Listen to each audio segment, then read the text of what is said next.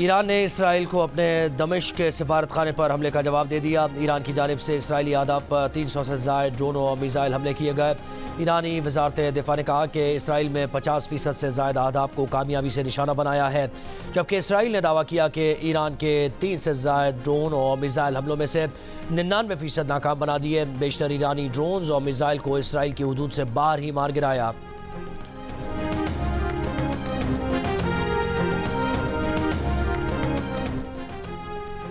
Iran के सदर इब्राहिम रईसी का कहना है कि जारियत पसंद को सजा देने का सुप्रीम लीडर का सच्चा वादा पूरा हो गया। इसराइल के जारहाना इक़दाम के जवाब में ऑपरेशन जायज़ था।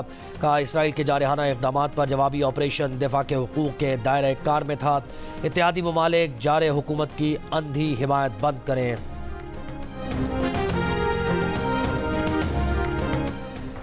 अगर इसराइल ने गुज़श्ता रात के हमलों पर जवाबी कार्रवाई की तो संगीन नताइज भुगतना होंगे। इसराइल ने मजीद कोई जारियत की तो दूसरा जवाब पहले से ज़्यादा सख्त होगा।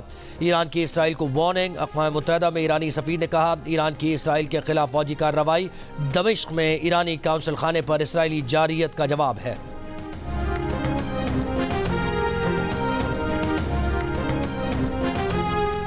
पाकिस्तान का मशरिक़ वस्ता की सूरत हाल पर गहरी तशवीश का इजहार। तर्जुमान दफ्तर ख़ारिजा ने कहा कि ताज़ा वाक़यात सिफारतकारी की नाकामी का इजहार है। ये वाक़यात संगीन असरात रखते हैं।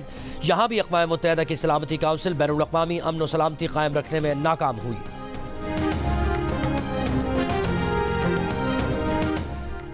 IMF से नए कर्ज प्रोग्राम पर मुज़ाकरात के लिए वज़ीर ख़जाना मोहम्मद औरंगज़ेब वफ़द समेत अमरीका रवाना हो गए। MD IMF क्रिस्टलीना जॉर्जीवा से मुलाकात का इम्कान। मुज़ाकरात आइंदा हफ्ते शुरू होंगे।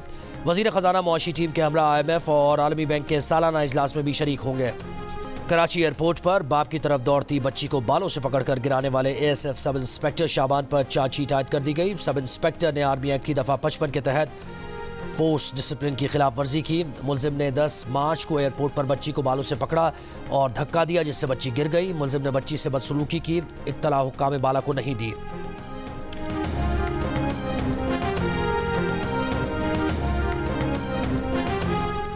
और कराची में वक्फे वक्फे से कहीं हल्की और कहीं तेज़ बारिश का सिलसिला जारी। सबसे ज़्यादा बारिश सुरजानी में 26 मिलीमीटर रिकॉर्ड की गई। नाज़िमाबाद में 21, गुलशन हदीद में 20 मिलीमीटर बारिश record, Faisal base 17, Masroor base 16 और किमाड़ी में 16 मिलीमीटर बारिश रिकॉर्ड की गई। कराची के इलाके नया नाज़िमाबाद ब्लॉक सी में मकान पर आसमानी बिजली गिरी। आसमानी बिजली गिरने से जानी नुकसान नहीं हुआ। सऊदी अरब का खित्ते में फौजी कशीदगी बढ़ने पर गहरी तशवीश का इजहार। सऊदी अरब की तमाम फरीकों को इंतहाई हद तक तहम्मुल का मुजाहरा करने की अपील। कहा, फरीक़ैन खित्ते और उसके लोगों को जंगों के ख़तरात से बचाने की कोशिश करें। मिस्र और खलीज ताउन काउंसिल की भी ईरान इसराइल कशीदगी पर फरीक़ैन को तहम्मुल का मुजाहरा करने पर जोर।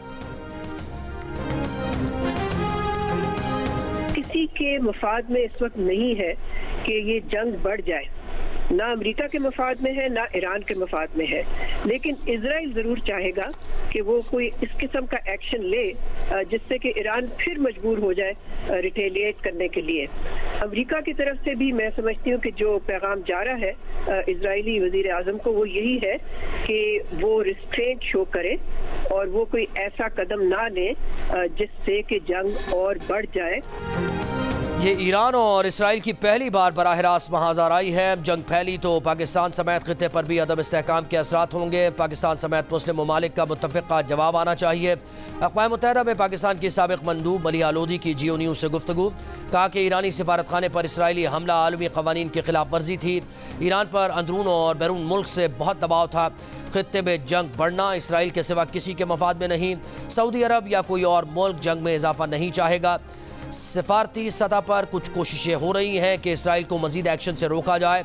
सीनियर सियासतदान मुशाहिद हुसैन सैयद ने कहा, तनाज़े की जड़ फ़लस्तीनी तनाज़ा है।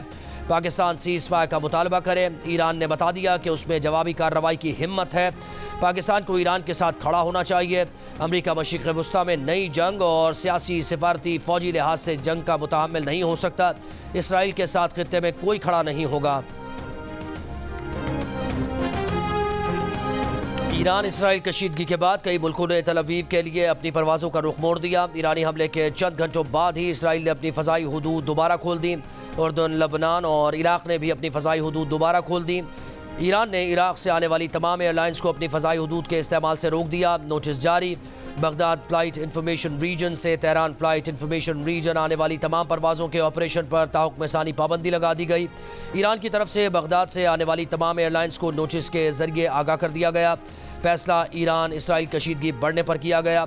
सिविल एविएशन का अफगानिस्तान और ईरान से पाकिस्तान की फ़ज़ाई हदूद में आने वाली हर परवाज़ की निगरानी का फैसला। पाकिस्तान एयर ट्रैफिक कंट्रोल को नई हिदायत जारी। पाकिस्तानी हदूद में आने वाली परवाज़ों को एयर ट्रैफिक कंट्रोल से लाजमी इजाज़त लेना होगी।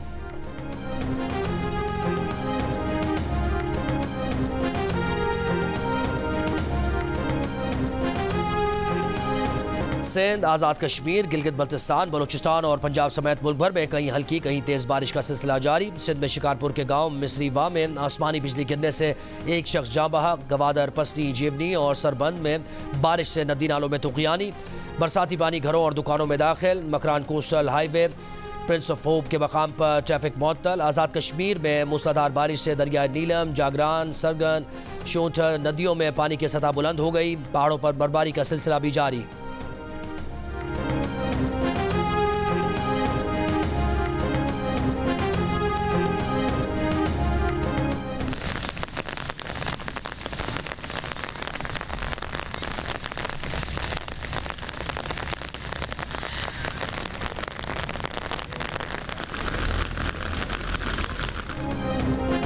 कराची के मुख्तलिफ इलाकों में गरज चमक के साथ बारिश। आया चंडीगढ़ रोड, सदर, सोल्जर बाजार, नॉर्थ नाजमाबाद, नॉर्थ कराची, क्लिफ्टन और अतराफ के इलाकों में बारिश। मरी हॉट, रफायाम में भी गरज चमक के साथ हल्की बारिश।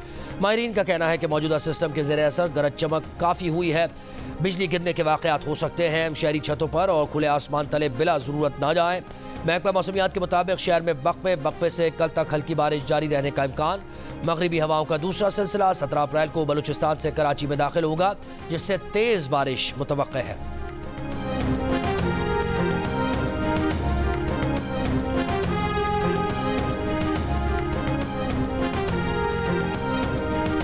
कोटरी में रात गए तेज हवाओं के साथ आंधी के बायस बिजली का निजाम दरहम बरहम हो गया। कोटरी साइट के इलाके में 11,000 केवी लाइन के 3 पोल गिरने से कोटरी ग्रिड स्टेशन के साथ मुंसलिक फीडर स्ट्रिप कर गए।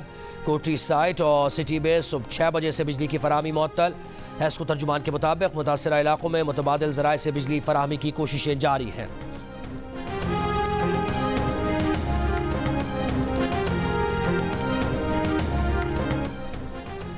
कोटलखपत जेल में भारतीय दहशतगर्द सुरभजीत सिंह पर हमला करने वाला आमिर तांबा कातिलाना हमले में शदीद जख्मी। मोटरसाइकिल सवार अफराद ने इस्लामपुरा के इलाके में आमिर तांबा पर फायरिंग की।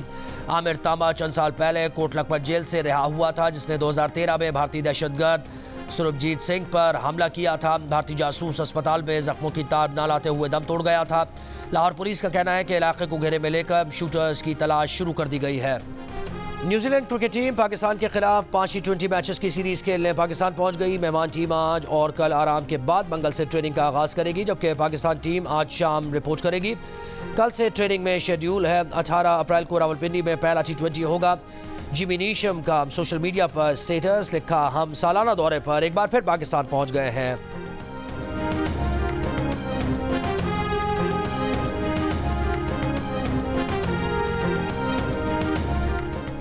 ICC T20 world cup trophy ने बारबाडोस का टूर मुकम्मल कर लिया। बारबाडोस और ईस्टर्न कैरेबियन में अमरीकी सफीर ने सिफारत खाने में मुनक्किदा तकरीब में कार्लोस ब्रैथवेट से बैटिंग टिप्स ली। ब्रैथवेट ने इस बैट के साथ 2016 के फाइनल में बैटिंग की और वेस्ट इंडीज़ ने कामयाबी हासिल की थी। बैसाखी मनाने आने वाले सिख बहन भाइयों को जी आया नू। वज़ीर आला पंजाब मरियम नवाज का सरहद पार से आए मेहमानों को खुशामदीद। कहा कि बैसाखी पंजाब की मुनफरिद सकाफत की पहचान है। ढोल की थाप पर दरांती से गंदम की सुनहरी फसल काट कर बैसाखी का आगाज होता है, जो खुशियाँ हर सुबह फैल जाती हैं। पंजाब में बैसाखी मेले के रंग, कहीं भंगड़ा, कहीं लुड्डी तो कहीं मवेशी मंडियाँ, लजीज खानों से तवाज़ो। सिख यात्रियों का कहना है कि बैसाखी मेला पाकिस्तान और भारत के अवाम में प्यार और मोहब्बत को परवान चढ़ाने का दिन है।